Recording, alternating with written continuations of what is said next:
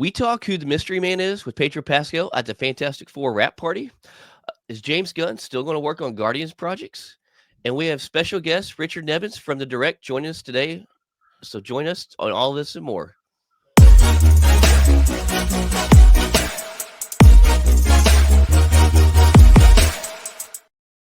Hey. Heyo, guys. Welcome to a fantastic episode of Fundamentals. Yeah, thanks for joining us, Richard. Yeah, thank you guys so much for having me. I've been trying to make this happen for a while, so I'm glad we finally made it happen. Yeah, for real. Well, man, it's crazy how things happen and how you come across people. All thanks to the Nerd Haven. But once we joined there, and then I was like, I seen your name, and then start putting things together. I'm like, oh man, the Direct.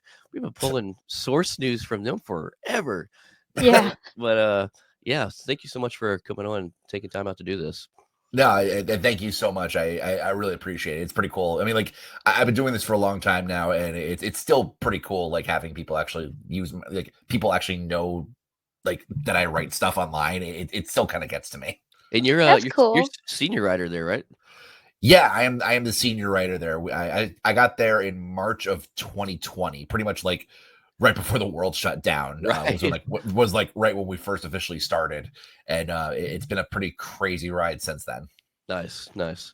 Yeah, we like literally. I say top 3 is what I've been saying, but it's probably top 2 actually. Is where we Direct from. So wow, cool. Direct is usually my number one go-to, and then after that, I think Movie Webs is the next one. So all right, cool, nice. But yeah, without further ado, let's get started on some Marvel media. Let's do it.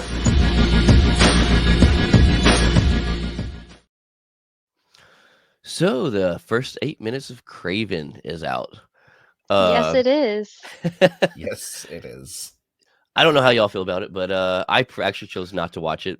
I've already like the trailer to me looks good, but we know Sony's rep, and I really don't want nothing else giving me besides having that enough alone to go into watching it. I really don't want to watch first 8 minutes because for all we know, the first 8 minutes could be the best first 8 minutes, or it could be really good. It could be really awesome, and Sony be like, "Listen, we finally figured it out, and we're going to give this to you as a gift." So I'd rather just be a full blown gift. I don't even want a part of it right now. Yeah. No, I feel the exact same way. I mean, we know that the tickets are on sale now, and it comes out on the 13th. I know that like everybody is like, you're really curious about like how this is going to go. So I'm sure there's a lot of people out there that have watched the first 8 minutes, but I'm the type of gal that just wants to just put my butt in a seat and just watch it and get like the entire thing and make my ideas based off of that, like my opinions based off of that, because like you said, the 8 minutes could be completely amazing and then the rest of the movie is trash, or the first 8 minutes could be completely trash and then the rest of the movie is great, because maybe it's just a lead up for like a story building of a character build, so you have no idea what you're getting yourself into. So I'm just like, nope, I'm good. I'll just wait. Yeah, I don't mind like hearing people talk about it. And I honestly, I don't mind spoilers. I'm one of those guys like spoilers don't ruin anything for me because I'm gonna go into it regardless. Like I go into any movie, whether it be DC, Marvel, Star Wars, or anything of the realm. You can tell me your opinion of it. You can have like 8 people tell me this movie sucks. I'm still gonna go see it because I love forming my own opinion, and you just never know how people's different takes are. Have you seen the first 8 minutes? I actually did watch it, or just a little earlier this morning. Okay. I mean, like, I'm not going to say anything about it. And like, I think the thing with me in my position is like, sometimes I have to watch it, stuff like that, just like for work and everything, because we write articles on it or whatever. I usually try to go in as dry and as unspoiled as I possibly can for these movies. Sometimes it works, sometimes it doesn't. Sure. But, and I think for me at this point, as much as I'm somebody who really, really, really tries to be positive about movies going in, like I look at every movie as a fresh slate and something good to possibly enjoy. Sony has, I think, ruined that for me with these Spider-Man movies. Spider-Man movies, right? I like the Venom movies enough. We all know how Madam Web and Morbius turned out. We all saw stuff like that, and I think Marvel having Spider-Man is the best thing for the character. So look, fingers crossed that Aaron Taylor Johnson looks the part. I will give him that. Yeah. Because that dude got friggin' ripped for this role. Not like he hasn't before, but for this one specifically, dude hit the gym hard. But look, fingers crossed it's going to be okay. I know this is probably the last one of these we're getting for a while, at least. I don't know if like there's nothing confirmed down the line, but we will see. Fingers crossed that it's better than what we've gotten recently. Yeah, I'm hoping. I'm really hoping. And like, I'm not gonna lie, like his the way he looks, like you were saying as Kraven, he looks pretty darn good. And I felt like he looked really good until we got to the last Spider-Man game, and we got that was based on Kraven. I'm like, oh my god! I was like, I know he can't pull off that that kind of Kraven, but like that was a pretty sick Kraven. Yeah. But how do you feel about the first 8 minutes? It was fine. I mean, like the movie is going to be a couple hours, so it's only like 95% of the movie. I mean, it's I'm sure it's probably goes to a little bit before the opening title or whatever, but we'll see how the rest of the movie goes. Right. Nice. Okay.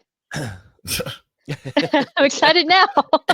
Look, God, I'm like you. I try to be positive, but like Sony has made it so hard. Sony makes it so hard, man. and I really wish. I know it's a money thing for Sony. Because, like, obviously the love's not there. I mean, the animation is amazing. The game writing is amazing. Like, the stories in the games outdoes the live action. And I'm like, if y'all can't let the MCU be a part of the storytelling and live action like you are with Peter Parker, then at least bring your people from the games and the animation side and let them help write these live actions. Because, obviously, they're so well loved and received. Like, you can't deny that. Like, what's so hard about this? I've said this before. The two Spider-Man games, the Miles Morales games, are like the best Spider-Man movies Sony's ever made. Maybe outside like Sam Raimi's like Spider-Man 2, maybe Spider-Man 1. But other than that, those are some of the best Spider-Man movies I'm up there with the MCU. Yeah. Well, when I played them, and I'm not a big game player, but like when it comes to Marvel, I will buy the games because it's a movie in itself. And literally, I was like, man, like at the end of the game, I'm like, I wish this was live action. Like it makes you just wish you could see this in a movie. Yeah. So good. And then they just leave you with that like cliffhanger at Spider-Man 2. When you see like Osborn like in the like green like tube or whatever, and just enough to get really excited for the next one. Yeah. Yep. Yeah. And everybody like really wanted like some DLC and stuff for that. But it looks like that they're not doing the DLC and they're just probably going to make like another game, maybe like a Venom itself game. So I'm excited to see what they do with that too. That was the only disappointment I had with that was the DLC thing. But if that's all I'm complaining about, there's not really much to complain about in that game. Yeah. Right. Yeah. The only thing it's awful. What sucks is like how long it takes, and I get it why, but like how long it takes in between the games because it's like what I mean. I think there's like 3 years. 3 or 4 years. I think it's like 5 because I think the first one came out in 18 and then the last one came out last year, right? Oh my god, it's crazy how quick time flies. Yeah. But then Miles Morales came out I think in 2020 if I'm not mistaken. Okay. So that's probably it was that's right. Gotcha. Yeah. Absolutely adore those games so much. Oh, yeah. Me too. So Fantastic Four. So we have villains. There's so many things right now is being said is like we're going to get like a collaboration of like them kind of going through villain fights at the beginning of this movie. There's rumored Mo-Man, which I actually, if I'm not mistaken, I could be wrong, but I think that was one of the first episodes of Fantastic Four comics in the comics. Was Mo-Man. Yeah, I think I was writing an article on. I think he might have been their first villain. Possibly. Yeah, I think so. So like I actually growing up I didn't have comics, but I did grow up like collecting Marvel Legends and different Star Wars and Marvel characters and collectibles. And so actually the front of that comic where it's like a Mo-Man and that creature coming up out of the ground and the Fantastic Four is like wrapped around fighting them. I actually had a 3D replica of the comic book deal of the cover. And so that oh man, and it's funny is like Mo-Man's such an impressionable character for Fantastic Four. It's kind of slowly mimicked in the Incredibles movie at the end of Incredibles 1. Oh, yeah. The Underminer. Yeah, the miner. It really it kind of is sad that the best Fantastic Four movies we've gotten are The Incredibles. Like, don't get me wrong, I love The Incredibles so much. Oh, they're God, two of my favorite Pixar movies ever. But that's the best Fantastic Four movies. And no real shade on the first couple, like the Number 7, Jessica Alba's one, because those ones were really fun, like for the day. I mean, they came out in 05 and 07. They did the best that they could with what they were given at the time. Thank you. That's exactly what I said. Like, they get a lot of hate, but look at the time they came out.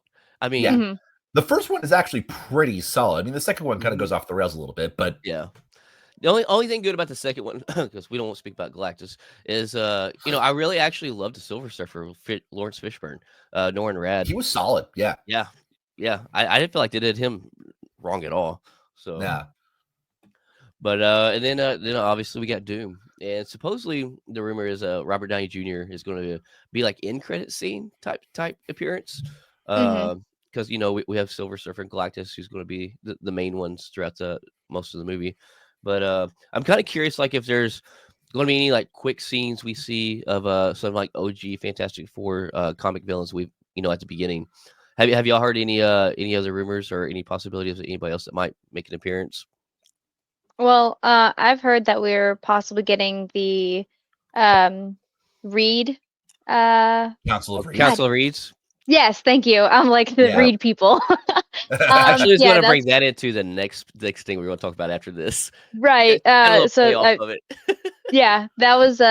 only thing that I've heard about like rumors and stuff for this. I mean, like I've heard about like the Dr. Doom being at the end credit scene, like I guess the second one, because I think there's supposed to be two. So it's supposed to be like the last end credit scene. And I'm really excited for that. But other than that, like I've kind of just haven't really heard much on the Fantastic Four like side of like leaks and rumors that have come out. So gotcha. Yeah, I hope we do get to Council of Reeds, because honestly, John Krasinski is my go-to Mr. Fantastic. I really love Mr. Fantastic. I did like him. Yeah. Yes. I mean, like I fell in love like ever since it started rumored, years ago with the artwork, and like just the artwork alone sold me. I'm like, oh god. And then I was like, yes, bring Emily Blunt in as Sue Storm. Like I think that would be awesome.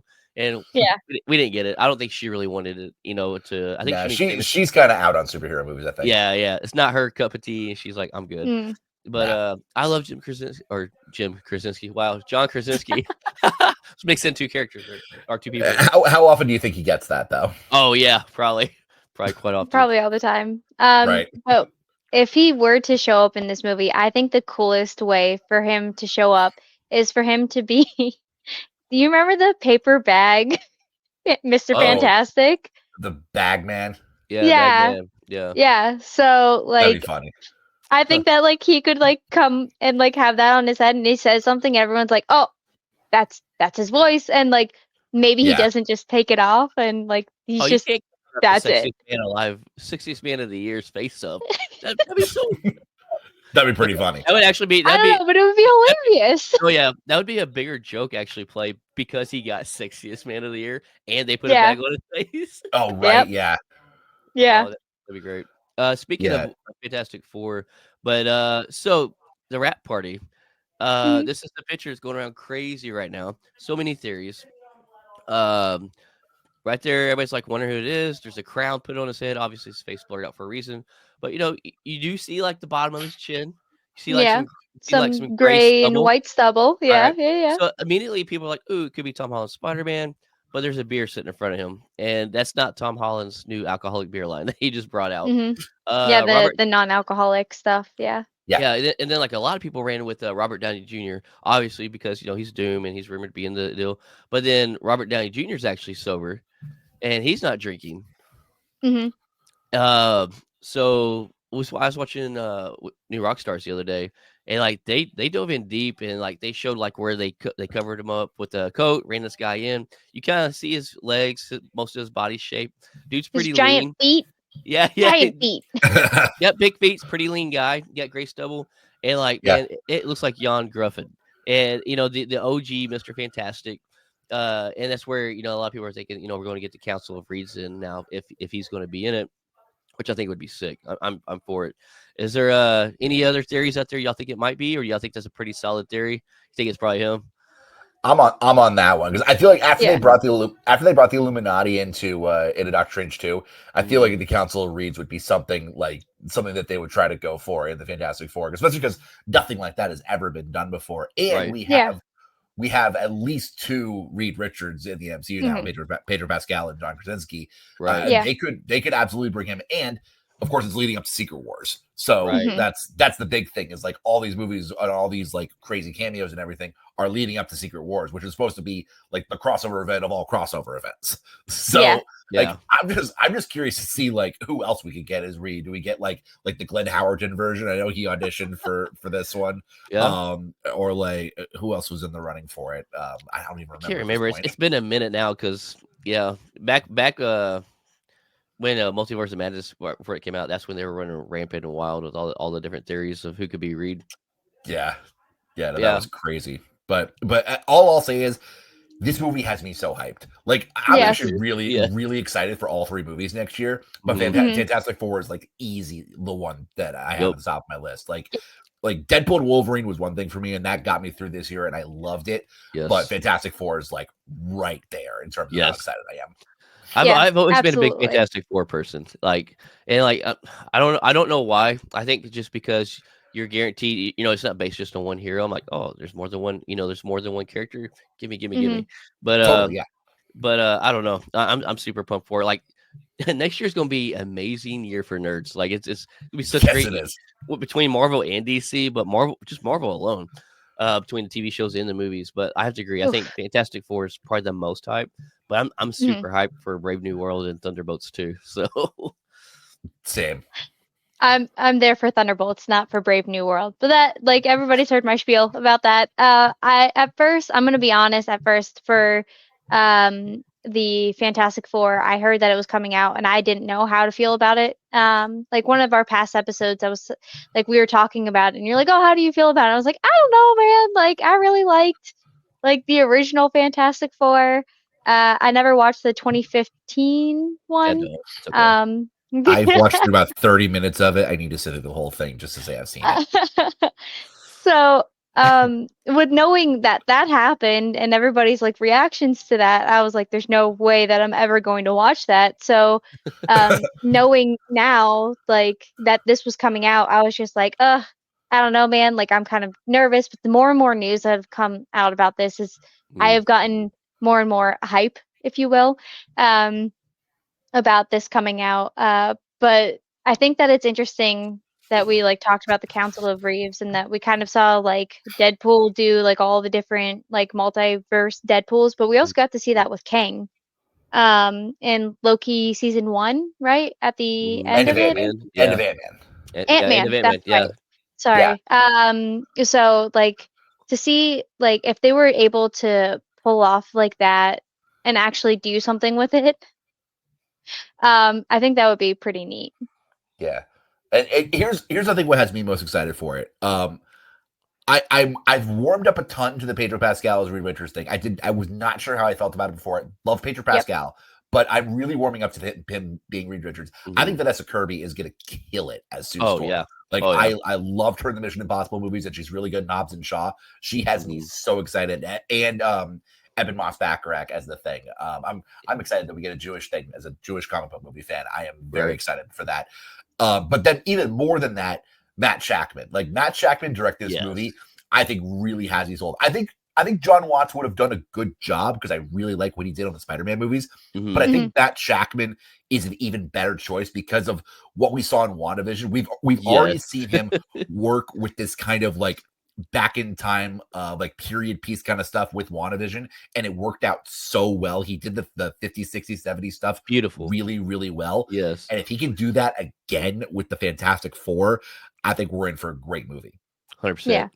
I agree. I mean, he, like you said, the period pieces, and this is another period piece, but it's completely not even in the realm of WandaVision. So yeah, 100%. It's so different. Yes, 100%. I am here for it. And also, like, not to stay on this too long, but man, like, I get so pumped about this. But also, there's a reason why, like as we talked last episode, Kevin Feige, no matter what interview he does, no matter what the subject's about, he makes sure to bring up Fantastic Four. Like, he's like, I'm excited about everything, but he's like, this is the one that he's really pushing. And we're it's rumored that we're going to be getting, some more X-Men in this one as well. Because cool. yeah, just little different bits and pieces. And he's like, we are going to be getting more mutants in projects next year. And then this is the one project that he talks the most about. And we know his love for X-Men because, from back to year 2000s. And so I think we're going to get some more X-Men. I really do. Maybe more from the universe we've seen Beast in at the end of Marvels. So that'd be cool. Yeah, I'm hoping.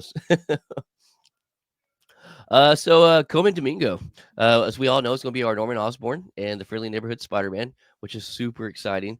But also supposedly, and this has been rumored even before this, and we thought maybe that maybe his talks to Marvel was just for the Friendly Neighborhood Spider-Man as Osborn, but supposedly he's still in talks with Kevin Feige into another role in the MCU as a live action project. You think that we could bring him in as a live action Norman Osborn? Or do you think or there's another character you think that you'd like to see him play? Maybe? I think with us knowing that we're getting mutants, like I think it would be cool to see him kind of also dive into maybe a mutant role, live action, maybe. Yeah. That'd be cool. I don't know which character. Right. But Nightcrawler? Maybe? I don't think he'd. I don't know. Bishop? Maybe. Bishop? Yeah. I see a Bishop. That would be a good one. Yeah. If Mike Coulter wasn't already Luke Cage, I would say Mike Coulter for Bishop. That'd be super cool. Sure. Well, Method Man has also been pushing to play Bishop for a while. I don't know how that would work out, but I'd be curious to see it. Yeah, and we talked last week too. Robert Pattinson, was talking with Kevin Feige, and I thought Robert Pattinson would be. I could see him as a Nightcrawler, because cool. His facial structure, and then he's kind of broody, anyways. Actually, I'll throw out one more suggestion that I just thought off the top of my head for Bishop. David Ramsey from Arrow. I got my first ever in-person interview with him over the summer. It was over at Superhero Con in San Antonio, and he just gushed about X-Men 97. That is one of his favorite shows. He loved the original and he loved 97, and I've been fan casting him as Bishop pretty much since then. Oh, that'd be nice, yeah. And Bishop's is such a well-loved character that's nostalgia. From the 90s, and we've yet to really see a good on-screen. I'm not knocking Days of Future Past. Because we just didn't do a lot with him. Yeah, we just didn't get a lot of screen time with that guy. Hardly at all. So it mainly focused on going back in time with Wolverine and them. So yeah. I would love to see a lot more focus on the character in live action Bishop. Yeah, and I think too, with the success of 97, not just for Bishop, but I think that could be the team that we're really going to see in live action. I think because X-Men 97 was such a huge success, I think a lot of those characters are going to get a lot of screen time. Obviously, we're going to get the Wolverines and the Storms and the Professor X and the Magnetos and everything. But I think a lot of the supporting characters are in for a really good, Marvel Studios live action run. Morph, Bishop, all those guys. I hope so. It's incredible how many times that you've seen cons that people have been cosplaying as Jubilee. It's not one of the main 10, I don't know, whatever amount, right? You have Rogue, Gambit, the people that always I saw a lot of Gambit this weekend when I was in San Francisco. I saw maybe about 5 or 6 Gambits. That was pretty cool. Nice. That's on my list. Actually, one of my next cosplays. I've always been a Gambit fan, but yeah. I have become a huge Gambit fan over the last year or two. Yeah. So we're going to San Diego ComicCon next year, and she's doing X-23 and I'm doing Gambit. Nice. Yeah. Speaking of the X-Men though, and you spoke of Glenn Howerton earlier. Glenn Howerton was also a fan art of him being Cyclops. I can see him being a Cyclops. I could see that. Yeah, I can see that. I've always been on the. I don't know if this is going to happen. I don't think it's going to happen. But I've been on the Glenn Powell train for Cyclops personally. I say Howard. I don't know why I said Howard. Glenn Powell. That's what I meant. Yeah. Oh, okay. Yeah. Oh my god. Yeah, he has the facial structure and everything for it. Yeah, that would be really cool. Damn it. Yeah. Well, and he's also one of my favorite movies of all time, Top Gun Maverick. I love him in that. Yeah. So. Okay. I thought you were going to say Twisters, and I was like, okay, it was a good movie. Twisters is still on my list. I still got to see Twisters, but I really want to see it. I've heard it's really good. It's fun. So. Yeah, I've enjoyed it. Yeah. I grew up on the OG Twisters. It to me, nothing Same. will ever top that Twisters. I mean, Yeah. I'm looking forward to seeing it though. Yeah, Yeah. it's fun. It's definitely fun. It definitely caught me off guard how much country music was in it. But because I'm not a country music fan, but Fair other enough. than that, like I actually did enjoy it. Like Mm. it was an incredible like first like 10 minutes. Like you're like, oh my god, god damn, and then like it just kind of just like goes from there. It was But wild. it was pretty great to see, like, you know, a tie into the OG Twisters, but how much CGI has came since then too. So like, yeah, the last 30 obviously, years. like, yeah. So like that was kind of nice. That was obviously way better than the original, but yeah. Yeah. Yeah. So But speaking of Norman Osborn, we kind of got some Spider-Man Yeah. concept art, or not concept art, but actually a suit, the Oscorp suit. That like the direct actually, you guys put this out, and that's where I first saw it. Yeah. So this is going to be in Your Friendly Neighborhood Spider-Man that's coming out next month in January. So looks super amazing, and it gives me a lot of like feels of like the video game. Like because I want this show to be good so badly, because like I'm a sucker for anything Spider-Man. Like outside, like Deadpool and Spider-Man are my top 2 favorite superheroes ever. Yeah. But I just want this series to be good so much, because like we've heard so many of like the issues and the problems that they've had behind the scenes and everything. I just really, really want this to be good, especially because like this is the first time we're really getting like a true animated Spider-Man series. Like I loved what we got in What If. I mean, I think like Dan did a really good job with those versions of him. But I think this show has a chance to be really good, and I really hope it is. Yeah, I hope it is too, because like there's gonna be so much in this show. There's so many characters. There's a lot. There's so much. And so like it could very easily, you know, stray off in the wrong direction. But I mean, Marvel's, you know, their track record's been pretty good so far, but I think this is completely different than anything that they've done so far. When it comes to animation. So fingers crossed, because God, there's so much. And I mean, they've even completely, like you saw about the changes and struggles they had. I mean, it's already been title change in a complete different direction of the original way it was going to happen. Yeah, so, Spider-Man freshman year, I think. Yeah. Which honestly, I'm kind of glad they did change. Like I was excited about it at the beginning, but then when I heard the new direction and the route they're going, I'm like, okay, I'm down for that. I'm not going to complain. You know, long as it's all put together well. So yeah, no, I am looking forward to this. It's one of the. I mean, I think I'm looking forward to all of the series that are coming out next year for Marvel. But I think there's like 9 things coming out next year for Marvel, which is crazy. Yeah, this one comes out in January, insane. I believe. Yeah, end of January. Yep. Yeah. They only have like 2 or 3 months that they're not coming out with a TV show, and I'm like, that's insane. How do you do that? Well, after this, like, and that's what happened with all the, you know, like them kind of coming back down to earth after, like, they tried to release everything after the pandemic started, and then they tried to tone back, and then they tried to go back up again. But now I think after this year, after 2025, I think these are going to get a little more steady in terms of like how much we get per year from the MCU. I think I've heard they're going to do something like 3 movies and 2 TV series, or 3 series or something per year, which I think that seems a lot more reasonable than some of the years we've been getting. Absolutely. I think that they also had to kind of ramp up everything, because everything got pushed back because of that writer's strike that happened. Right. And writing the act strike for sure. Yeah. So I think that was also a reason why we're getting so much stuff next year.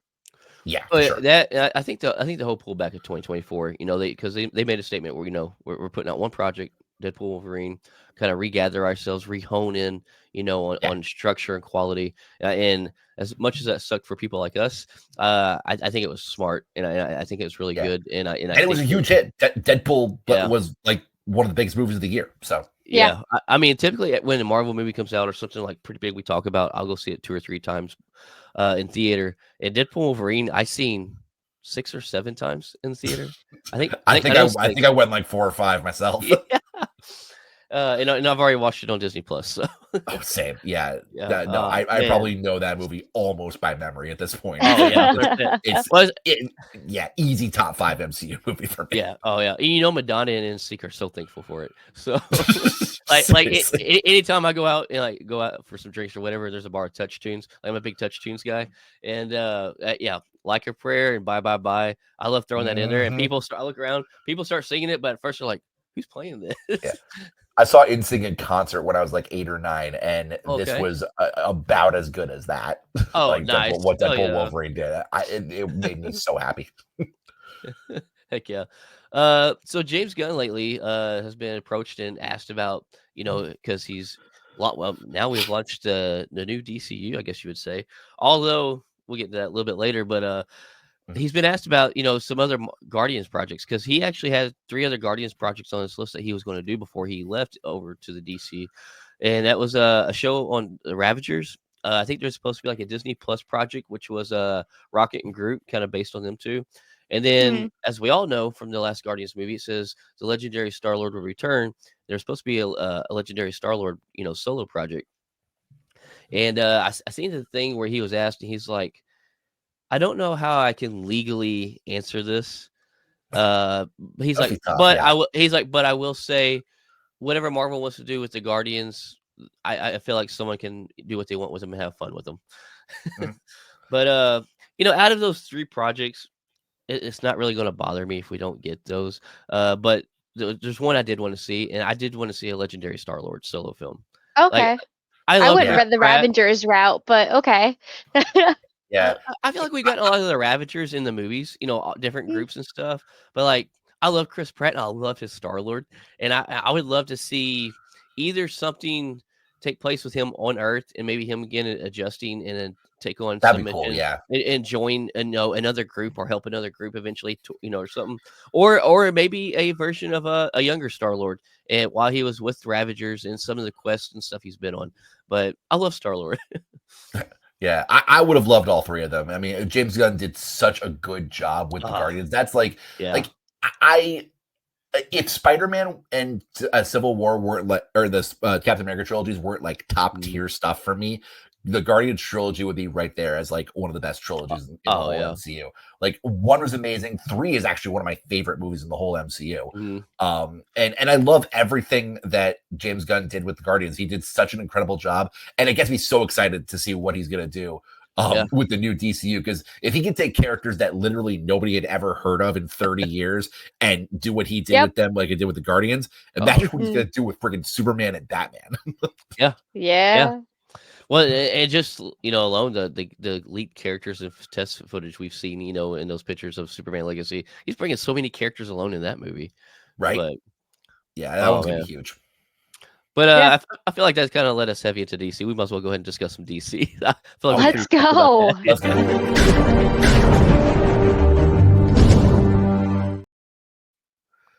Oh man! So speaking of the DCU, kind of launching Creature Commandos. Yeah, dude. Pretty solid.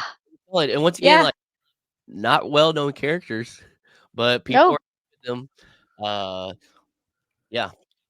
It's got a 96 on Rotten Tomatoes. I've seen the first 2 episodes already. The first one was a little bit longer than the second one. But I mean, it's everything I wanted it to be. You have Alan Tudyk. That's Tudyk. That is Dr. Phosphorus, and the amount of sass that he has in this role is amazing. I love it so much. Alan Tudyk can do no wrong. I'm just saying. I love that. Cast Alan Tudyk in your project, you are doing the right thing. That's all I said. I love that guy. Yeah, if you get Alan Tudyk doing 3 things in your project, in the same project, you're even better. That's what he's got. Yeah, man's playing 3 voices, and we haven't even seen them yet. But all of them. But yeah, the first episode is the Collie Wobbles, and then the second episode is the Tourmaline necklace. Man, I'm enjoying this. James Gunn likes a little raunchy, and he brought a little raunchy into this as well. Oh, he did. I didn't even. I wasn't sure if this was going to be like the normal like PG-13 what if or like something more R-rated. Oh no, R-rated. Holy this is not hell. meant for kids, young kids. This is not a kid show. No, but it was fun. Like it was really enjoyable. Like there's still some stuff we're waiting for, which we've still got 5 more episodes to get into stuff like that.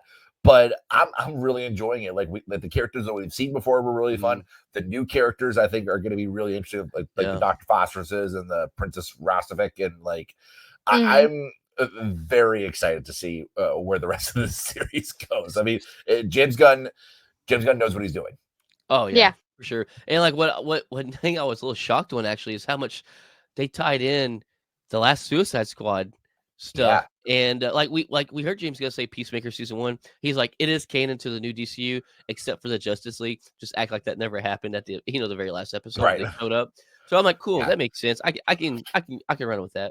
But then they tied in, Rick Flag Sr. talking about his son dying, from the Suicide Squad and stuff. And I'm like, and then and they talked about how Weasel was the only one that survived. Right. And so I'm like, okay, so I feel like James Gunn, I don't know. I feel like he's got such a tight grip on that movie, obviously for rightful reasons, that he's going to try to incorporate that as much as he can, even though that was a prior thing. Yeah, and we still don't exactly know whether that was like a sequel or a reboot from the David Ayer Suicide Squad. Yeah, that's the only annoying thing is that's kind of confusing. But hopefully we'll get like a good fresh start with these ones, and we'll get to move forward kind of on that right path. Yeah, and I'm not gonna lie. Like I know there's only so much you can do live action, all that stuff. But once again, Creature Commandos has got me so loving it so much already that I would be here for a live action Creature Commandos. I don't know. Oh my god, yeah. And David Harbour as Frankenstein, like, oh my god. I can't wait to see more of that because with him playing Red Guardian, there's a Russian guy named Alexei in this series who's not played by David Harbour, which is hilarious to me. And like Red Guardian is just one of my favorite MCU characters, and I love David Harbour in anything he does. So, which is also hilarious because you remember that David Harbour was in the first Suicide Squad movie. No, was he an officer? He was one of the government guys in the soldiers. Yeah, that's right. I do remember that because he met with Ben Affleck and her at the table when she was also like telling him the files. Remember that end credit scene where she's talking to Ben Affleck's Batman, and she's like, "I'm putting together, a team or whatever," and she shows him files. I think David Harbour's sitting at that table with them actually. Yeah, but the fact that he's in that movie and now he's like doing something totally different is hilarious. I forgot all about that. He's like, we don't talk about that. And he's doing the MCU at the same time. So I mean, good for that dude. Oh yeah, and he's doing Stranger Things all at once too. Like that dude is living his best life. Oh, dude, he is. Yeah, and like his Violent Night is one of my all-time favorite Christmas movies now. Like where he plays Santa the Viking. Like, oh my god, have you seen Violent Night? No, I haven't, but I got to check it out. You have to. Like, it's honestly a new yearly Christmas movie for me since it came out. Like, it's that good. Oh, yeah, nice. And I don't watch Christmas movies like that, and I make sure I watch it like at least once a year. Cool. Yeah. Speaking of some James Gunn information. Yeah. So he confirmed the cinematographer for the Supergirl Woman of Tomorrow. It's Rob Hardy, and Rob Hardy has actually worked on Annihilation, Ex Machina, Civil War, just to name a few of his projects that he has done. So very seasoned, if you will, well-known, like veteran cinematographer. So you know that this is going to be very well done, very well put together, at least visually. And this is set to release, in like June 26, 2026. So we still have like a far off amount of time until this happens. So it could possibly change, but I'm liking how this is already headed. And Supergirl, I don't really know much about her, but to see Millie. Millie Alcock. Yeah, thank you. From House of Dragon, like to see her actually like come into the DCU. I'm here for it. I'm happy for it. Yeah, I think that I think once like Superman comes out and we start seeing these trailers, like immediately the ramp up for Supergirl is gonna just start getting bigger and bigger and bigger. Like I think everybody's like leaning on edge right now, just waiting for the Superman thing to drop to start judging and making their opinions on the new DCU. Because like even though we have Creature Commandos and it's fun, it is animated, even though it's going to be tied in, and we all know everybody's waiting for that first live action. Like that's the suspense right now. Once the Superman trailer actually hits, I think that's gonna really like kick off the DCU, and I'm excited for Supergirl. Like it's funny, I'm not much of a Game of Thrones person, but I did watch House of the Dragon, season 1 at least, and I really liked Millie in her role. I'm excited to see her as Supergirl, and not just that, like I'm excited to actually get a Supergirl movie. It's like obviously Melissa Benoist did a great job with the Supergirl TV series that we got for 6 seasons, and she was fantastic. But this is gonna be the first Supergirl movie in like I want to say like 40 years or something. Oh wow! So something like that. So it's good she's finally getting the shine like next to Superman, and I'm glad it's coming so early in the DCU. Right. So that should be a lot of fun. I like that he is doing, like James Gunn is doing the side projects of like everybody gets kind of like their own like time to shine before we get into the Justice League and start going into like the team up movies where everybody's kind of in the mix. So I'm happy for that too. Yes. Speaking of Superman, we actually had a guest on about 4 weeks ago. Seattle's Beauty. She's a cosplayer, but she also has been in James Gunn films. So she was in the Guardians movie, and then she's actually in Superman Legacy. And she's one that actually in one of the still shots that's on the internet that's going around right now. And like I'm so curious, like what we're gonna get out of this first teaser, and like how long it's gonna be. I still think we're going to get it this month. So like I'm just waiting. Yeah. I mean, there's been definitely rumors that it theoretically could drop on the 15th, kind of like as an homage to the original Superman. So I do think that it is going to be within the next couple of days. It's not even weeks at this point. It's closing in. Well, especially too because the Superman documentary just hit Max last night. And I watched it last night. I've watched about half of it so far. Oh my god, it is so it's beautiful. So I love every second I've seen of it so far. But I think while they're on the Superman train, like riding the whole wave of Christopher Reeve, I think this would be a really good time to drop the Superman trailer. I mean, I hope so. I think absolute worst case, like worst possible case scenario, it's coming at the Super Bowl. Like I think Marvel's going to bring the Fantastic Four trailer then, and worst case, we'll get the first Superman trailer there too. But I think it's coming before that. Yeah, I do too. I think we'll get it by Christmas, at the latest Christmas. Is what I'm thinking. I think Fantastic Four definitely is going to be a Super Bowl commercial. I think that's going to be the perfect timing for them, and it's one of the most watched times on TV, and it's like at that perfect space between then and July before that releases. But speaking of Superman, like it's actually in early test screenings right now, so I'm sure we'll be getting leaked stuff here soon about people's opinions. Who's early screened? But yeah, man, I'm waiting for it. Speaking of the Christopher Reeve documentary, my God, that thing was so emotional. I can't wait to finish it. I expect it to be emotional. Like me and Tay talked about it here on a previous episode, and we're like, oh, this is gonna be good. It's probably gonna hit you in your feels. It hit me way more in my feels multiple times than I expected. Same. Did you end up watching it last night, Tay? Yeah. I watched all of it. Yeah. So like I literally fell asleep. Like as soon as it went off, I went to like start working on some more prep for podcasts, and I just crashed. But that's why I did the prep before I watched the thing. Because I knew that was how I just wanted to end my night. I'm not even joking. Like there's probably like 6 or 7 moments where like tears well up in your eyes. It's like, oh, man, and like. When they spoke about, like his first words to his wife, after the wreck, I was like, oh, that got me. And also finding out that Robin Williams, and Jeff Daniels all went to college together. Yeah. Crazy. And Jeff Daniels is the only one that's left, and now he just announced that he has cancer as well. Like it's just such an emotional roller coaster for me because that was how I grew up. Like these were my people, and now like Oh, I didn't. Go ahead. Sorry. Okay, no, sorry. But to know that like Will was only like 3 years old when all of this happened, and he still got to like be with his dad for a while until he had passed, and then now knowing that he's going to be in the Superman movie as Good like for him, a Ted, for doing TV that. anchor, Yeah. I think that's amazing that he stepped up and stepped into a Superman project, knowing how much it means to him. I think that's absolutely beautiful. No, for sure. Well, and I'm not gonna lie, like when it came to like where he got super emotional, like, I didn't know the story between him and Robin Williams. Me neither.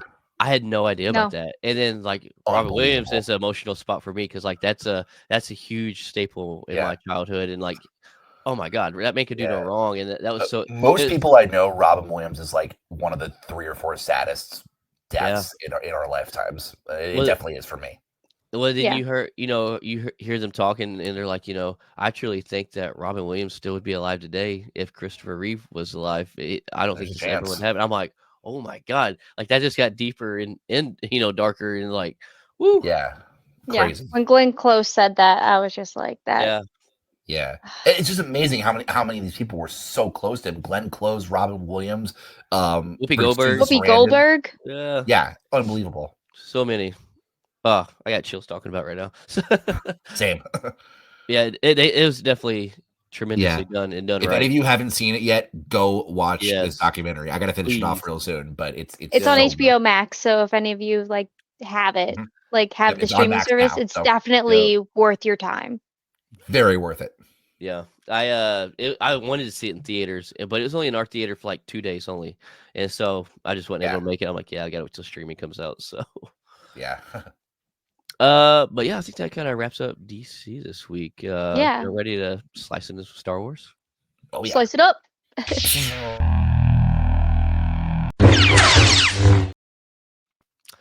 So Skeleton Crew, first 2 episodes have dropped. And like we know this is geared more for like a younger age, and it's you have a lot of people who are like, Star Wars has been kind of rocky lately. You got hit and miss on different people's opinions. But I will say I was pleasantly surprised. For like, even though it was geared toward like a younger crowd, it's fun, and like you really don't have to do any homework. Like I love Star Wars, and I've watched every Star Wars project out there. But like if you're not, it's okay. You don't really have to watch anything previous to this. You can jump into this whenever you want, because it's just kind of a story taking place in there. We might find there may be some tie-ins later on, or some little stuff like that. And there may be a bigger tie-in later on, who knows? But for right now, like I'm enjoying it.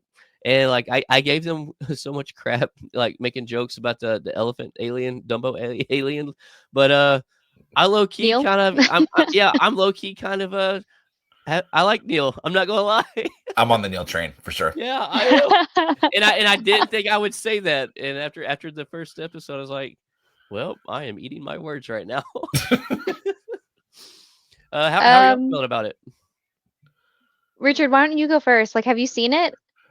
Yeah, I've seen the first couple episodes. I'm so mad. I wanted to check out. I had screeners for it for the first 3 episodes, but I didn't have time to get to it just because of all the con stuff that I was doing. Sure. But the first couple episodes, I have really enjoyed. Like, I wasn't sure. I didn't expect the series to be bad or anything. Like, but I wasn't sure what to expect of it because it was so different. That's in like such a far off corner of the Star Wars universe that we really haven't seen before. But I'm really enjoying it. I think these kids are doing a great job, and I was so worried too, like mostly for them, just because of the way the Star Wars fandom has been, like, over the past couple of years, especially with how horrible people have been toward these projects. Oh, God. Like, yeah. Like, of course, not every Star Wars project is for everyone. Like, I wasn't a huge fan of The Acolyte, sure, but I really enjoyed, like, Obi-Wan and Boba Fett. Yeah. Oh, yeah. And Mando, obviously. But I like the thing I love about the Disney Plus series, especially for Star Wars, is that all of them do something so different from each other and so different from the movies that we've seen. And this one, especially, too, is just continuing along that trend. So I'm really enjoying it so far. I'm definitely on the Neil train. He's been great, but I love all the kids, and Jude Law's been great. I'm really liking him in a Star Wars project. I'm really looking forward to the last few episodes. It should be a good season. Yeah. So with the first 2 episodes, like, honestly, for me, the first one was kind of hard to get into. I like the Easter eggs that, like, if you've watched previous like Star Wars projects, that you got to see There's kind of like there for you if you've seen Star Wars. Right, exactly. But you don't have to be there. Exactly. And I think that was cool for them to do that. It's kind of like when people reboot movies, like you get those little Easter eggs, of the previous project. So I think that was pretty neat. The first episode was kind of hard for me to get into. The second one did pick up. So I enjoyed that. I'm still kind of on the, I don't really know how I feel about this right now, train. Yeah, I need more episodes. I definitely am going to keep watching it though, just to kind of give it its time to breathe, kind of like cheese and wine. But I think that like it could be I definitely do think it is more geared towards kids, and it is bringing in more people into the fandom, and I love that. I love when new people get to experience things that we've enjoyed in our childhoods and stuff. And so I'm excited to see where they take it. Real quick before you go, I think Star Wars needs something like that. I mean, like outside of like the Clone Wars and Rebels and stuff, and those were obviously fantastic. I love that's some of my favorite stuff from Star Wars. We haven't really had anything like geared toward getting kids into Star Wars for a long time. Because like when we were all growing up, I assume we're all close to the same age. Like all we had was the movies, like whether it was the originals or the prequels or then the sequels when we were a little more grown up. But I'm really glad that Star Wars is kind of leaning into this, like getting kids into something like this, and then they can go back and watch the older stuff and the original stuff to really dive into like the lore of the franchise. Well, I mean, if they really, I mean, if you think about it, it's smart on their behalf. If they want to continue this franchise going, for multiple generations to come, you need to start doing this. Otherwise, if you don't start building that base now for this younger crowd, once they hit a certain age, you're going to kind of start losing that fandom. As you're going to have a limited time with it. Right. Yeah. Right. Exactly. So, like, I'm ready to see more Jude Law because we didn't get Jude Law, to the very end of the second episode. But I am curious to see his character. I'm not so that he's a Force user. Maybe he's Force sensitive. I don't know. But maybe I feel like that was a trick. I feel like that's some kind of trick. I don't know. But I love Jude Law. You think he had like a string, like one of the like dad tricks or something? I really don't know. And I'm thinking maybe he was. I could be completely. Well, no. I mean, I feel like he is the pirate that we've seen that got mutinied by his crew at the beginning. I really think it's safe to say that's an interesting twist. Yeah. But I don't know. When he brought them, especially with Star Wars, like putting out those things on Facebook saying like, can he be trusted? And you're like, okay, well, why are we questioning if he can Marvel be trusted? Too, so we all saw him in Captain Marvel. So we know he can play the bad guy. We know Jude can be trusted. But I don't know. I'm anxious to see more. I definitely am ready to see more. I hope it stays pretty solid. I would love to see it recepted well by a lot of the fandom, because like we've talked about before on here, I'm a huge Star Wars fan.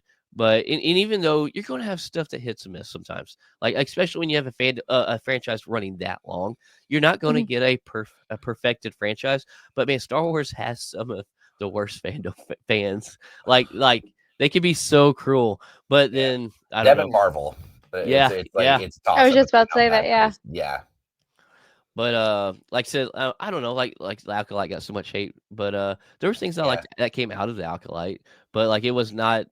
But like the how brutal people got about it, it was really uncalled for. I mean, it was so uncalled for. Yeah. Oh man. But speaking of like Star Wars stuff, that's kind of like it's not like kid based, but you had like the Mandalorian, right? And now we have the Mandalorian and Grogu movie has officially wrapped up filming. So this is supposed to come out May 22nd of 2026. So it's wrapped up filming now with Pedro Pascal, another MCU DC putting in the work. Star Wars, or he hasn't been in DC yet, has he? No, he was in Wonder Woman. He was in Wonder Woman. Yeah, you're right. Oh, he was shit. the villain. Yeah, Max.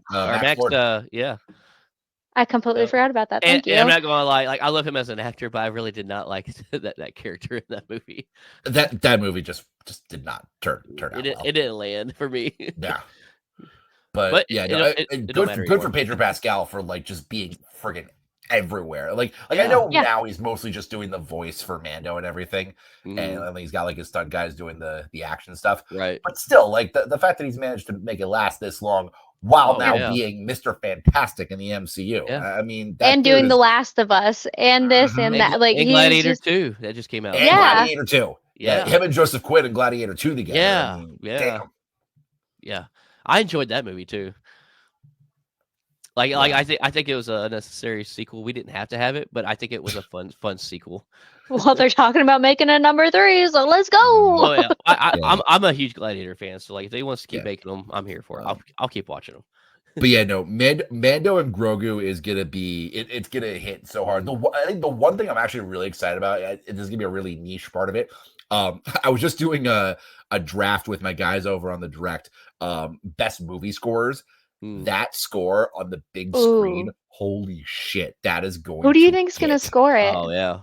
If it's not Ludwig, I'd be shocked. Okay. Like, yeah, I would be shocked if it's not Ludwig, just because he's still going, and he did the original theme. So I think he, if I'm not mistaken, he did Boba Fett too. So I'd have to look that up. Yeah, I don't remember. I think he did, but I'm not sure. But I'd be shocked if it's not him. I really hope it's him. He's done a great job. Oh man, yeah, absolutely iconic. Like I hate that the Mando. There's talks about there being a Mando trilogy that's been kind of rumored and teased. But I don't know if they're going to go that far or not.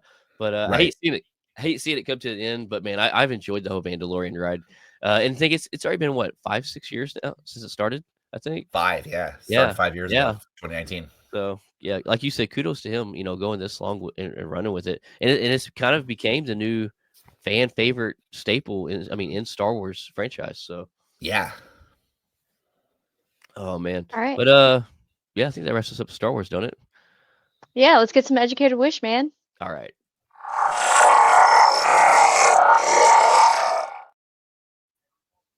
All right. So to knock it all off, Tom Cruise. We know that he's doing this Mission Impossible 8. Is it Mission Impossible or is it Mission Impossible? But he is coming out with the last one. I'm going to keep saying it's the last one, just like the Fast and Furious movies, because it's called The Final Reckoning. But he has been like super hands-on with developing the popcorn bucket. It's like the weirdest thing that has now become like the most niche thing out of all these movies that we've had come out are these popcorn buckets. So he's like super hands-on with developing and like making it like the biggest thing that he wants to do. This is supposed to come out on May 23rd, 2025. So I'm thinking that maybe Super Bowl-ish time frame, or maybe a little bit after in like March, we would get like maybe like a teaser or something. I'm reason why so many people have these. Yeah. Yes. Man, I'm so jealous. So our theaters didn't have them around here. Like she just got the Wicked one. Dude, I had to buy this online from AMC because like I don't have an AMC near me. I had to wait months to get it. I'm just so happy. How long did it take to get in? Oh god, it came in like a few weeks ago. Oh really? Yeah, like in November. That's amazing.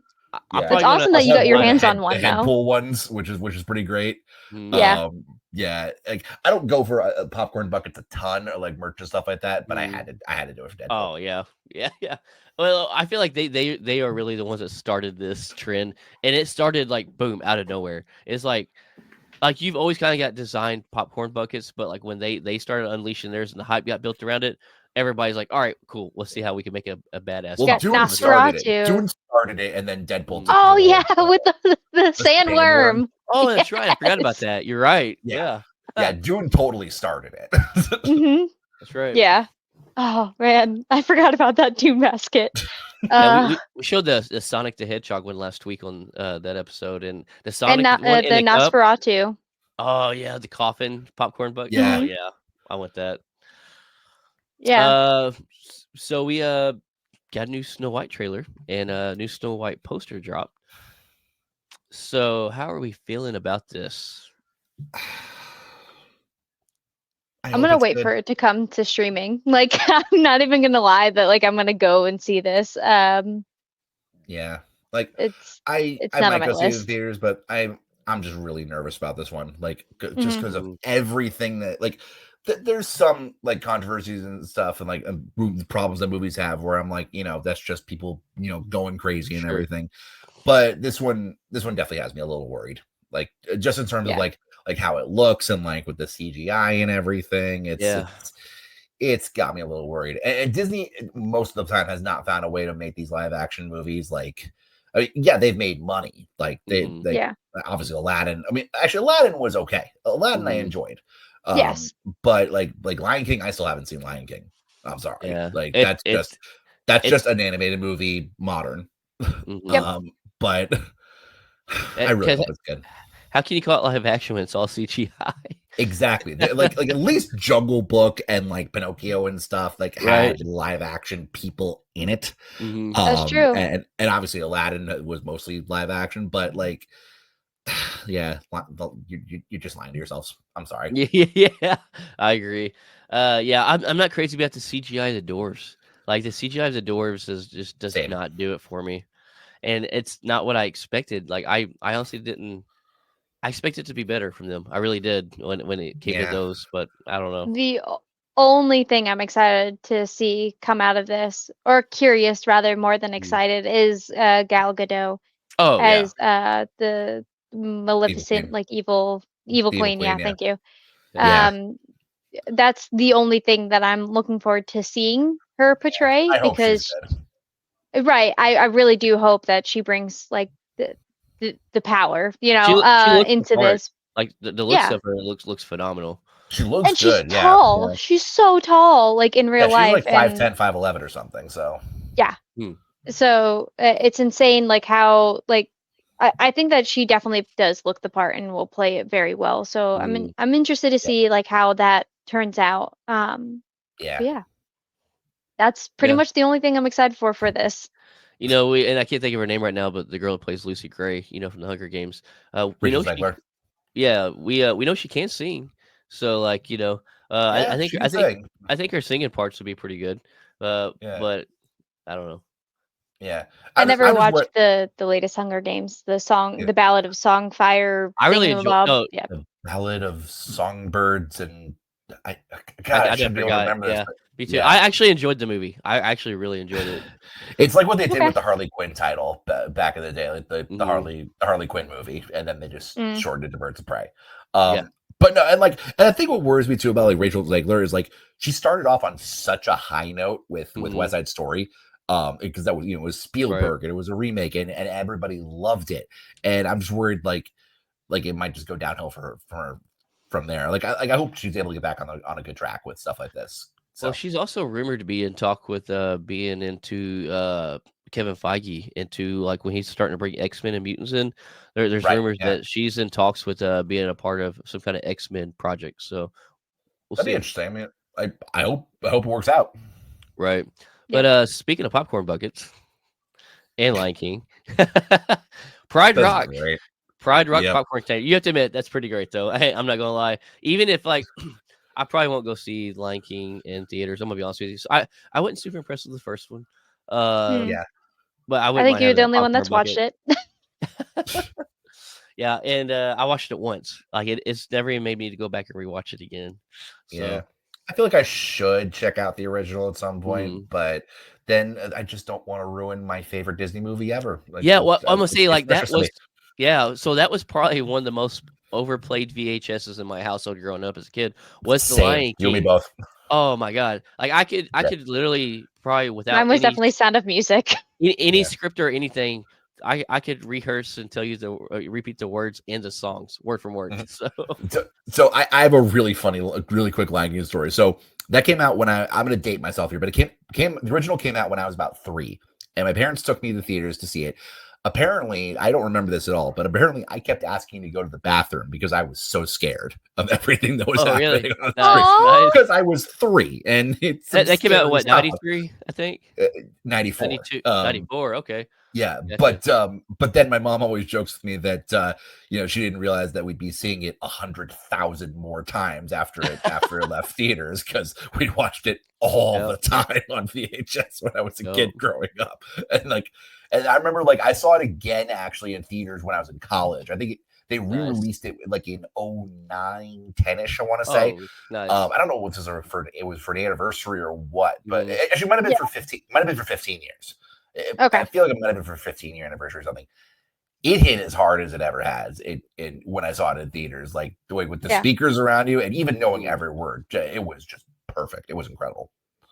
Heck yeah. Yeah, I mean, it's iconic voices, iconic music. I mean, like, God, that soundtrack went so hard. Like, so as hard. soon as like it just opens up and you just see the sun just rising, it literally brings chills. Yeah.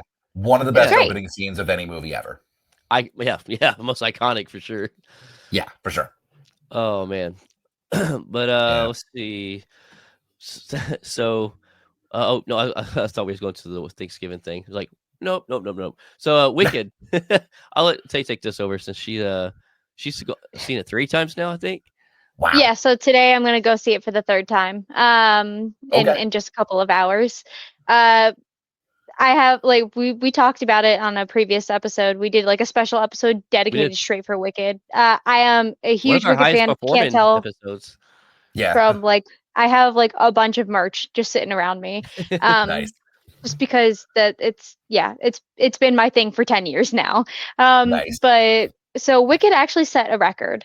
So the second weekend it came out, it released, and it landed not in the number 1 spot, but it's been doing super phenomenally. It got 81 million domestic, and has been doing very well globally. It's actually still right now, even though Moana 2 did set its number 1 as number 1, Wicked is still doing better than that movie overall. So I mean, it's a beautiful movie. If you haven't seen it, super recommend for you guys to go and see it. It's pretty good. I actually have plans to see it next week for my second time with my sister.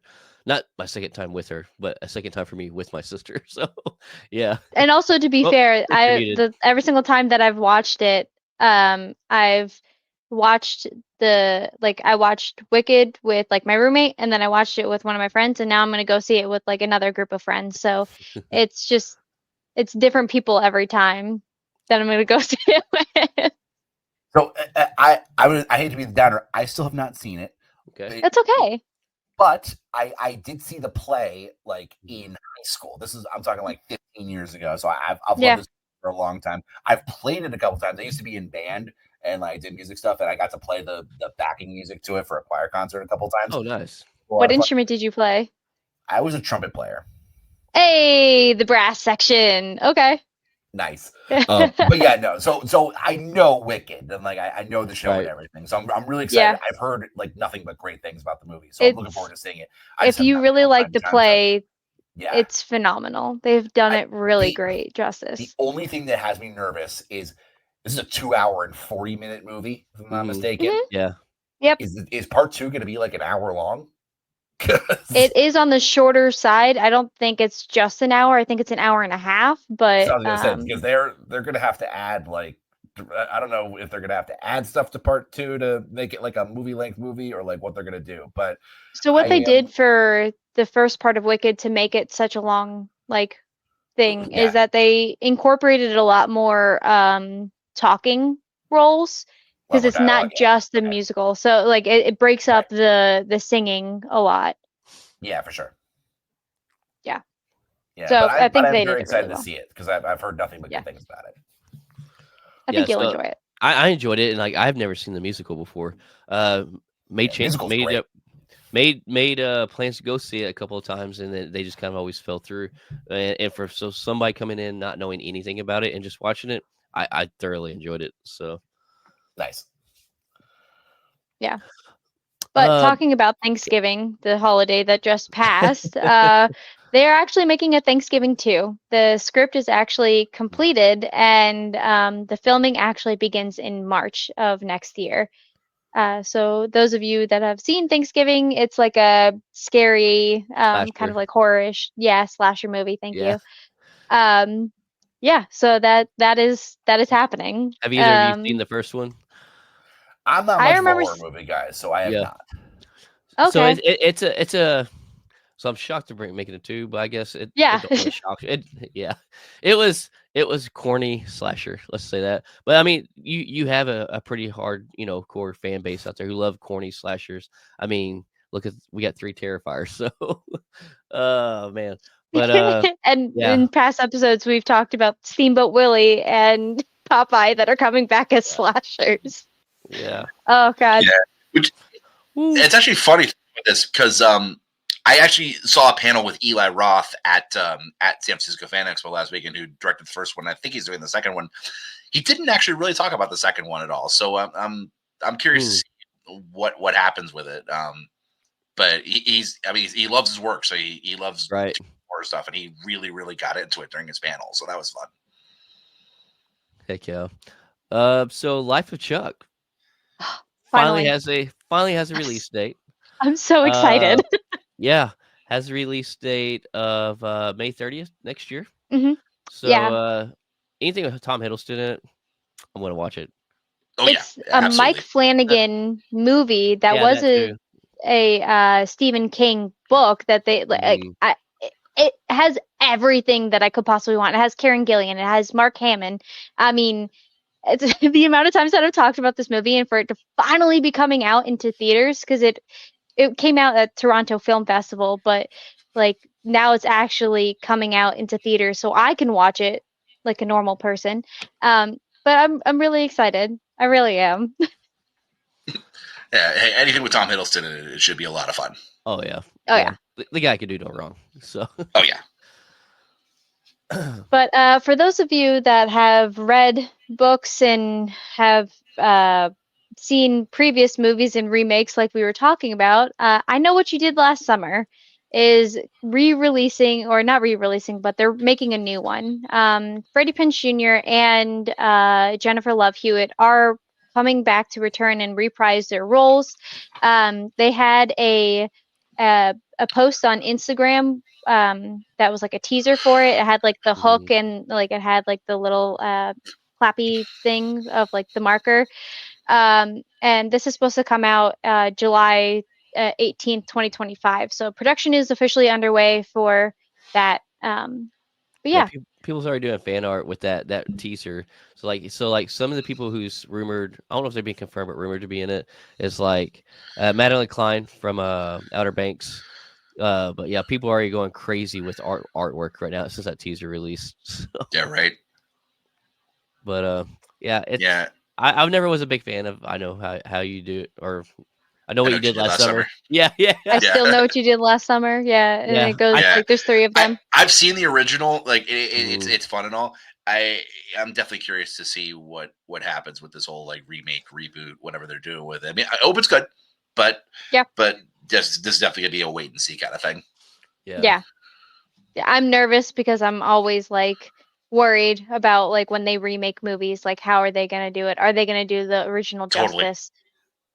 Is this gonna be a sequel? I don't know at this point. Especially because since they are bringing back Freddie Prinze Jr. and Jennifer Love Hewitt as their actual characters from the previous ones, so right, it's gonna be some time lapse. Are they the parents of the kids that are now doing like the erroneous bullshit? Like what is this? Yeah, if so, they're really bad parents. But you did this, and now you're letting your kids do this. But then again, horror movies are full of bad parents, so that's not shocking. This is true. True. I mean, can you really have a good horror movie without bad parents? Yeah, no horror movie would ever exist if they actually did their jobs.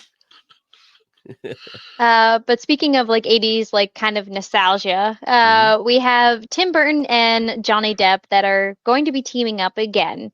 Now they did work on Edward Scissorhands before, but this is not going to be an Edward Scissorhands like sequel. They made that very, very clear.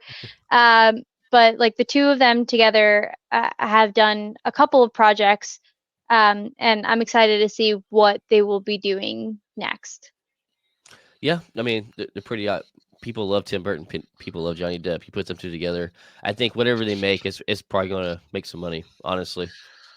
Yeah, I mean, I'm just glad to see Johnny Depp back in the game and doing his thing again. Like, I mean, I grew up on Pirates and all of his movies, everything. Willy Wonka. So I'm excited to see him back and doing his thing. Like, and him and Tim Burton is it's a good combo. I mean, obviously Edward Scissorhands, and they've done good work together. So fingers crossed, it should be whatever it is. I hope it's gonna be good. Yeah, he'll forever be my Jack Sparrow. Oh yeah, I like to blame Johnny Depp. It's the reason I like rum so much. He influenced me as a child. Why is the rum always gone? Yeah. Always gone. But Dune Prophecy 3, like episode 3, we had that come out over this past week. It was called Sisterhood Above All. It's really ramping up. Like the Dune Prophecy series. Like if you guys haven't been watching it, it's on Max. It's got a 71% on Rotten Tomatoes. It's actually been doing pretty well. A lot of the like reviews and everything that critics have done that have come out like haven't really been that great. But I don't know why yet. I've enjoyed it. Like I'm not gonna lie. This episode did jump around a little bit, and that was kind of hard to keep up with. But that was my only complaint about that. Like, but the first two episodes have been pretty solid too. I mean, it's grabbed my attention more than the movies, honestly. So like, I don't know. I'm here for it. Yeah, I haven't gotten into the show yet. I've seen both movies. Those are some tough movies to get into if you don't know what you're getting into. And I went in totally raw, like I'm not knowing anything about Dune. Same. It's definitely it is a very interesting story, very deep, and like there's a lot to know. Almost like Lord of the Rings in a way. Mm-hmm. But no, I'm looking forward to getting into the series at some point and checking this out. And I mean, obviously, we're probably going to have Dune 3 at some point because I can't imagine they're going to want to stop that money train. But no, they already are like in the middle of like doing the things. Like we already know that it is going to be eventually a thing, but it's just a series of when, because he's doing that like Bob Dylan thing right now, the biopic. He's got that going. I think that comes out soonish. So like, I don't know what else he has left on his plate, but Zendaya, she's got all of these things also going on. His schedule and Zendaya's schedule, that's gonna be so like I'm a person that kind of like you were saying, like went in raw, not knowing much of the lore. I didn't watch the old one, the original one from way back in the day, and like when I watched the movies, I enjoyed them, but I never went back and rewatched them. I was like, I've only seen both of them once. I can appreciate it. I'm not going to be like, oh my god, it's phenomenal. But then I started this series, and like I'm not gonna lie, like it grabbed my attention way quicker, way more than the movies, and I was like, okay, all right, like I'm here for this. Yeah. All right, cool. Yeah. So other TV series is that have been we've been talking about for a little while now. Wednesday season 2 has officially ended their filming. So we got this little teaser. It's coming out next year. We don't really have an exact release date for Netflix itself, but it's happening. Like it's really happening. Like it's done filming this one has me so torn because I actually love season 1. Like I've rewatched that a couple of times, and I really, really enjoy season 1. But then just with like the stories with everything that's happening behind the scenes, and like this is going to be the last season, like that's kind of a bummer. Like this show I wish could go on for a while, but then the fact that it's going to have been like over 2 years since season 1 came out, and like I know this is the last season anyway, but I don't know how much longer they could have gone on, like going these 2-3 years between seasons. So I really hope season 2 is as good as season 1 because I really like the first season. But it's gonna be a bummer seeing it go. Yeah. Like if they would have did like a season a year, honestly, they could have ran with just storytelling of Wednesday for as long as they wanted for like absolutely 4 or 5 years if they wanted to. But that's the problem with modern TV is like you never get that anymore outside of cable. Yeah, that's actually that's very true. Speaking of things for season 2, Fallout season 2 started filming. Yes. Oh man, I'm so here for this. Like this, this is another thing. Unlike Tay, like I don't game or anything, and so like I didn't have no knowledge at all of Fallout or anything to do with the games. But I watched that series, and my God, it was so good. Every episode had me hooked. And another thing we're cosplaying at one of the cons next year too. Nice. Yeah. Very cool. I did get my Vault suit in, and I did try it on. So and I'm it's gonna do happening. I'm gonna do the goal. So yeah. We got to see season 1 was pretty solid, and I like Walton Goggins in just about anything he's ever done. So. Have you seen the Righteous Gemstones? I have not seen the Righteous Gemstones. I gotta check that out. Me neither. She's on me. She's on me like once a week. Have you watched it yet? I'm like, no, not yet. It's on my list. So. Yeah, but like him and Hateful Eight. Him and Hateful Eight was crazy. I mean, obviously, I loved him. I wish they'd done more with him in the MCU. If I'm being really honest, with and Ant-Man. Yeah, because he was a black arms dealer type guy or whatever. Yep. Yeah. Man, yeah. I love him.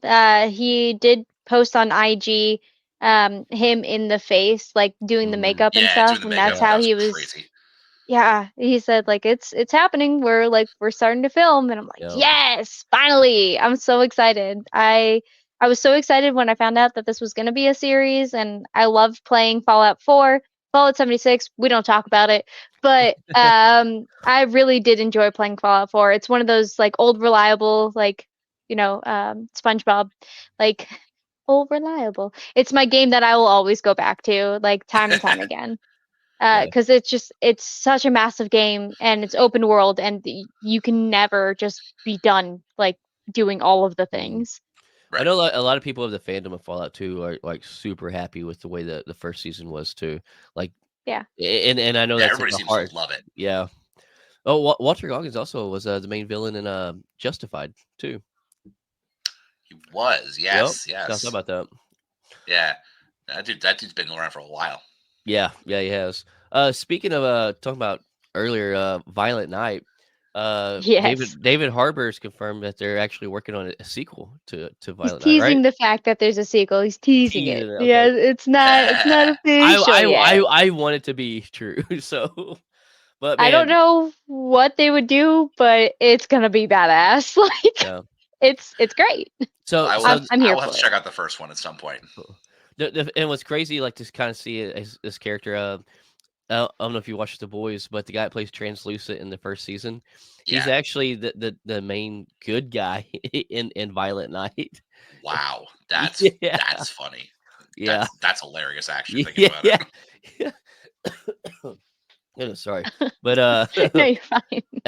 yeah, it's so good. I'm here for a sequel. Yeah, that one should be good. Yeah. So speaking of other things that released their first 8 minutes, you have Lord of the Rings, War of Rohirrim. The tickets are on sale. They have the first 8 minutes that were debuted by IGN. It comes out on the 13th, so the same day as Kraven. One of the movies. Yep, thank you, Kraven. Honestly, I'm more excited for this than I am for Kraven. I'm a huge Lord of the Rings fan. I got into all of the movies. Like, The Hobbit was a little bit more like hard for me to get into, but knowing that they're going to be using Christopher Lee's voice in this that's pretty cool. Saruman. Yeah. So knowing that they're doing that, they're going into the archives to get his actual voice. It's not like an AI thing. It's going to be absolutely beautiful. Yeah. I'm here for it. Yeah, that one should be fun. It's funny. Lord of the Rings is a series that I haven't like gotten a ton into. I've seen the original trilogy all once, but it was a long time ago back in the day. I haven't gone back and revisited it. But obviously, I respect how incredible it is. Actually, one fun story: I met Andy Serkis for a second over the weekend when I went to San Francisco Fan Expo. Nicest guy ever. I only got a few seconds with him, but he is so beyond cool, and obviously I respect what he did with Gollum and everything he's done with Lord of the Rings. But good for this franchise for continuing on as long as it has. It's pretty incredible. Andy Serkis is another talented guy. It's been in so many things. My God. Oh yeah, Andy Serkis. MCU. I mean, Planet of the Apes, all that. DC. Yeah. Star Wars twice. Yeah. He was in Andor. Yep. What was the other thing in Star Wars? Snoke in the that's right, sequel trilogy. Yeah, I forgot about that. Wow. Huh. Yep. He had a really big head.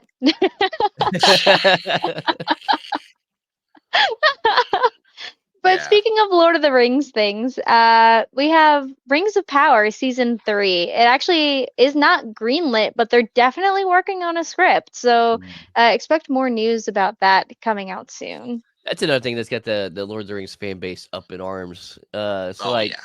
Because they've changed some time lapse things to just kind of make it make more sense on the screen than what it did in the books. Because let's be real, if you put the stuff that was like, you do the time lapse that's in the books, we'll be out here for years and years and years, over multiple films. No, so like, and I'm a big Lord of the Rings fan. I'm not super upset about it.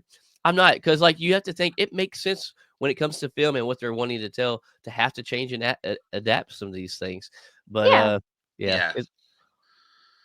I've enjoyed Rings of Power. I'll tell you really this, like of the 2 things that are coming out on December 13th, there's a lot more that gets me angry about Kraven than Lord of the Rings. Like the whole, him apparently being bit by a lion, getting his powers. So that what? and that's the theory I've thought I've had for months. I don't know if it's still true or not, but that's what it looks like in that first trailer. In the trailer, whatever. Yeah, that's what it looks like. It looks like he gets his powers by being bitten by a friggin' lion. Yeah. It's my god. So is it a spiders, bats, lions? Okay, got you. But like the other thing is like well, he's also him going him like being eco-friendly and protecting animals. Like we're gonna get through Kraven. It's gonna be okay, and we're gonna have a great 2025. Yeah. 2025. It's gonna be something. The Band-Aid for everything we've seen in 2020 to watch. Yeah. Yes. Well, that and What If season 3. I'm excited for What If season 3. What If season 3? Oh my god! I mean, freaking Storm Goddess of Thunder. Yes. Mjolnir. And I was so shocked that they're ending it on season 3. I'm like, why? Like, I know that's the only thing that gets me mad about that is because you have unlimited possibilities for what you can do with What If. Unlimited power. You keep the show going for another 10 years at least. Oh yeah. And do whatever crazy What If stories you wanted. Like no matter where the MCU is. Like, exactly. But you can set it back in like the 20s, like the 1920s, and have like a speakeasy that like is run by, I don't know, like the Hulk or something, like fancy Hulk with like his glasses. Like it's just, it could be like so much. The only thing I can come up with is like the reason they're ending it is because maybe it just costs too much to have that real actors voice the animation, which I ain't gonna lie, I love that because like it just really ties you more into the canon, it being canon of the MCU. But to me, that's the only thing that makes sense is the cost of having them actors. I don't know. Plus, that animation looks like it's really expensive. So. Yeah, it's true. It's a good animation too. It is, yeah. But hey, I'm excited for season 3. Season 3 should. Oh yeah. Yeah, absolutely. But to wrap up our Educated Wish entertainment, we have some Harry Potter series news, like casting. So we do know that it's going to start filming in the summer of 2025, and we have. Possibly for the role of Voldemort, we have the Cillian Murphy, who we got to see. What? How do you pronounce? Killian. Yep. With like a K, but like a C. Yeah. Okay. Yep. Cool. Sorry. No, you're completely fine. I absolutely adore that. Like you corrected me on how to pronounce their names because I'm sorry, I'm terrible at that. That's another man to me. I feel like they can do no wrong. So. Yes, because he did Scarecrow and he did Oppenheimer, and I mean like yeah, exactly. Yeah. Yes, he is Oppenheimer, and for me, I went into Oppenheimer and I had like no idea what I was getting myself into, and I was like, this is a brilliant movie. And speaking of another great screen score, the score of the movie was just absolutely beautiful. It was beautiful. And then we have the British actor whose name is really hard for me to pronounce for possibly Snape. He got offered the role, so we're still waiting to hear if he is going to play it. Papa Asidu? Thank you. Yeah, that's I can't say that for certain, but that's my best guess. No, that's great. Appreciate it. It's better than what I tried to do. But he has a lot of Shakespeare work in his repertoire, and I could completely see him doing Snape justice. I think anybody that's going to be playing Snape is going to have big shoes to fill, and I know that like the entire universe is probably going to be very have words to say about like this casting, not only just because of it not being, you know, Snape himself or like the younger Snape that we got to see in the Harry Potter movies, coming back to like kind of be Snape, but also because of his nationality, like type, skin color. So I know that a lot of people are going to be like super upset about that, but I think that he could do it well, like if he decided to actually take up the role. Yeah, there's a lot that has me nervous about this series. That not being one of them. But like, I just hope that like whoever's cast as the main kids in this series, like I just hope nobody like comes after them or whatever and like gets all over them. It's like the same thing I was worried about with Skeleton Crew. Like just because there's been so much like controversy around this series even being made in the first place again, just after the whole Harry Potter thing and all the J.K. Rowling stuff and just yada yada yada. So just fingers crossed for the best for everybody involved. We'll just have to see what happens. Yeah, absolutely. Well, Tay, you ready to kick us off with some gaming? Yes.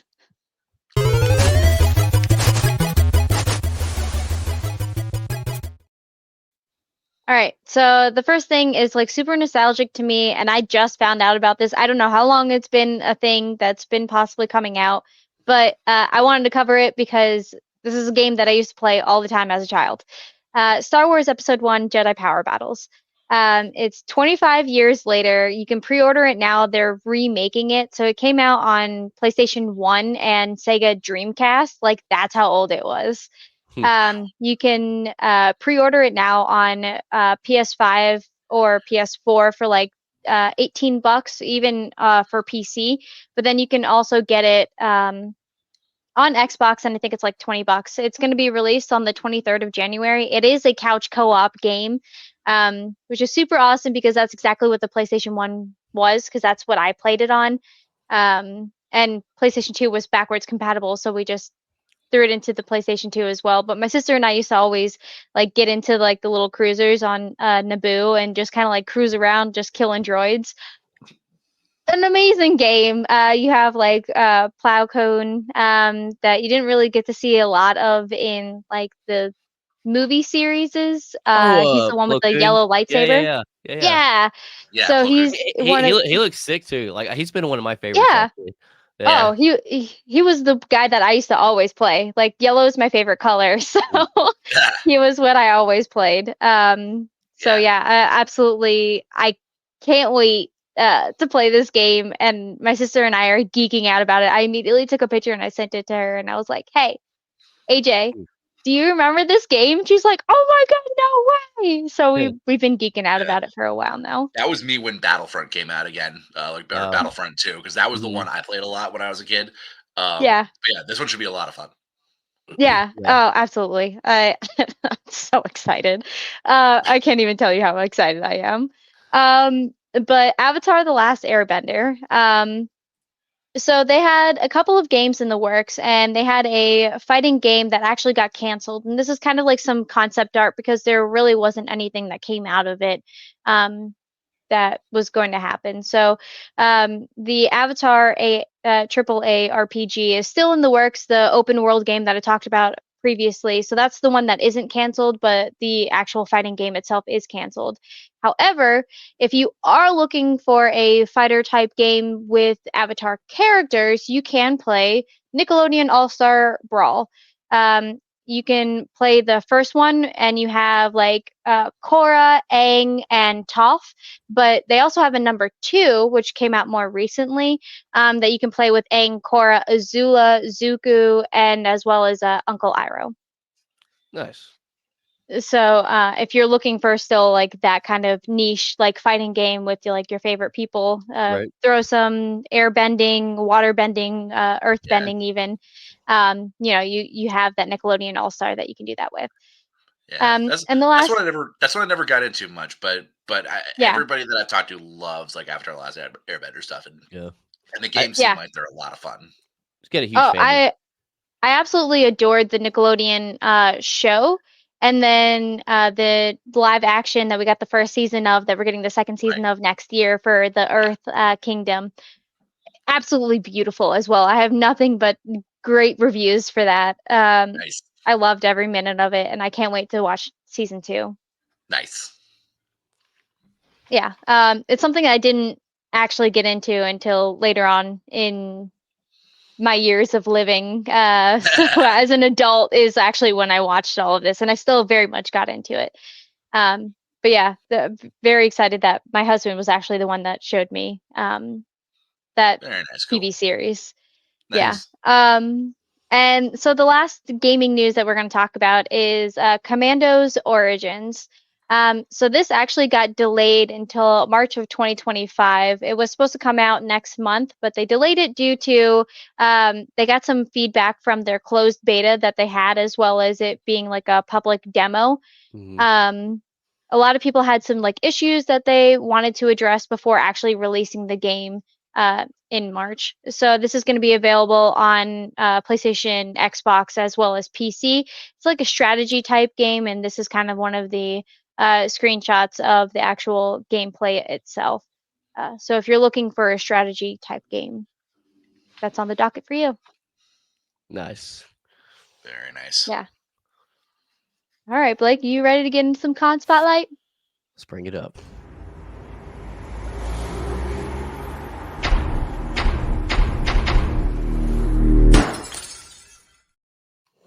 All right, so right off the bat, Permian Basin ComicCon Holiday Edition, Midland, Texas.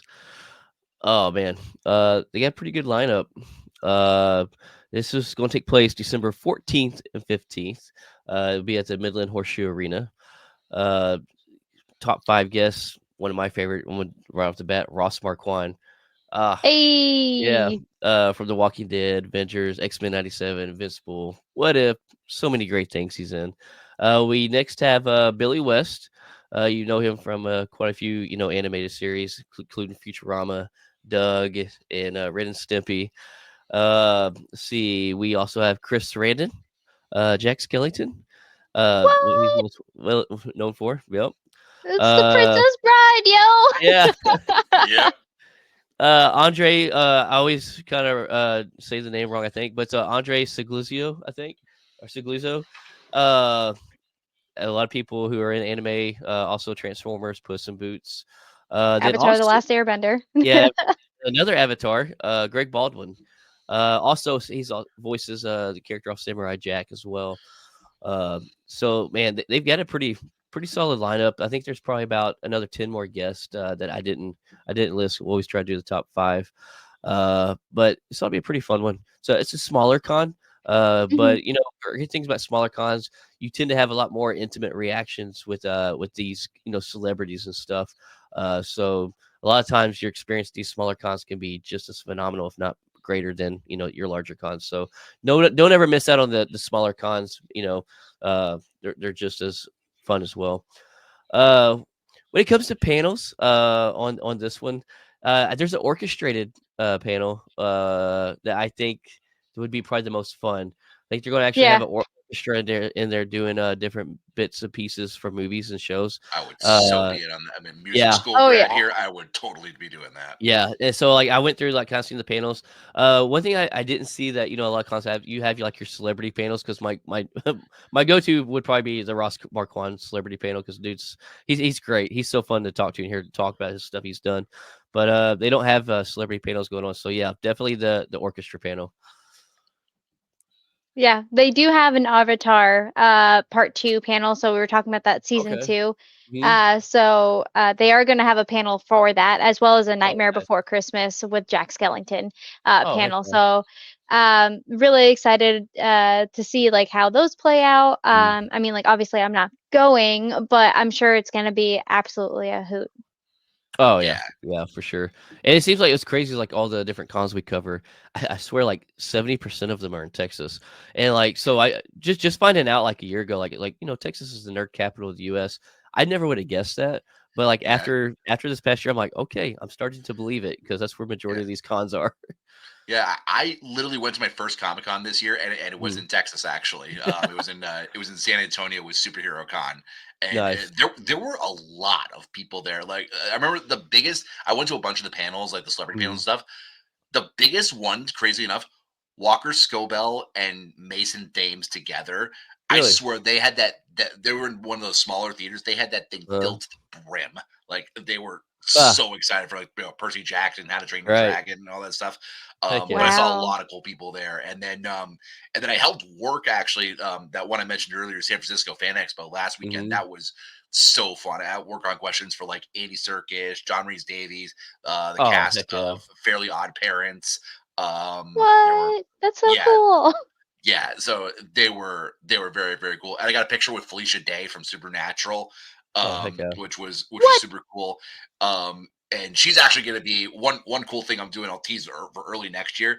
I'm going on the San Diego Comic-Con cruise happening in February, which she's going to be a host at, Felicia Day.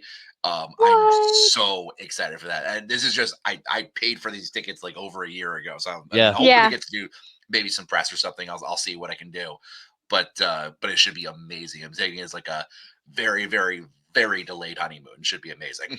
Heck yeah. Well, I actually congrats in advance. Thank you.